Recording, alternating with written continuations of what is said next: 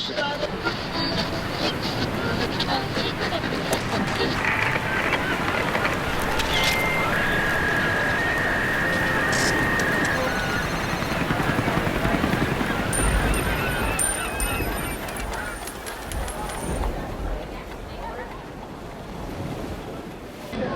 the G20 finance ministers and central bank governors are convening in St. Andrews to discuss solutions to the recession and global warming.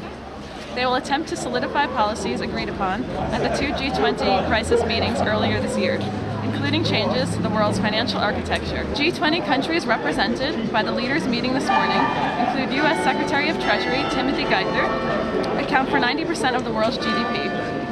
Protesters are rallying today to put pressure on the leaders to create meaningful legislation on climate change and to put people first, the name of the group organizing the protest. With the University of St. Andrews, I'm Michele Giovia.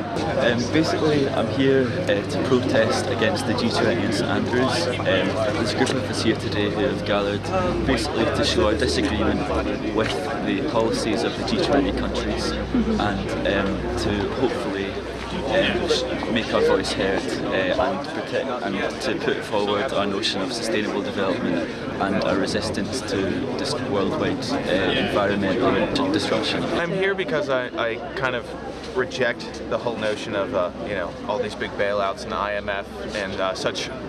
The G20, the United States has pledged over $1 trillion in world aid. I think that it's not effective, and also I think it's grossly inappropriate to take that kind of taxpayer money, and also it's not just taxpayer money, they're printing it as well. It's leading to serious inflation, and I'm very worried about the value of our dollar. I feel like the policies and things which are already in place are really unjust and unfair. They benefit a very small portion of the overall world population, and I think that's just really wrong. I hope to send a message to the G20 finance ministers letting them know that we feel that their policies are unsustainable and not conducive to solving the crisis that we all face.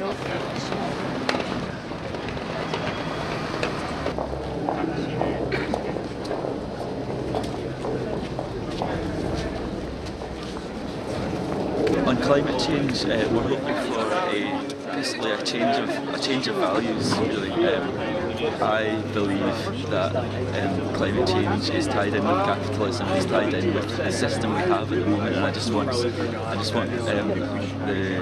world leaders to stand up and take notice. The science behind it suggests that there's like a 2-degree tipping point. And obviously a lot more needs to be done to stay within that. But a lot of politicians, they're arguing between the numbers, like we should reduce by this much, and not actually really coming together and fighting against the overall cause. So that's the thing which really upsets me about all this sort of political meetings and stuff, because nothing ever seems to be solved, it's just arguments amongst themselves. I'm expecting very meagre compromises. I'm not expecting very much, but I just think it's not real people aren't getting their voice heard, and I think protests like this are really doing that. What do you think about the protest here today? Did you expect it to be bigger or smaller? I thought it would be a lot bigger, because a lot of people who I've spoken to said that they would come and they were very disappointed with what's happening so far. So it's kind of a bit disappointing in them, really, that they didn't come, because how are you supposed to get your voice heard if you don't come?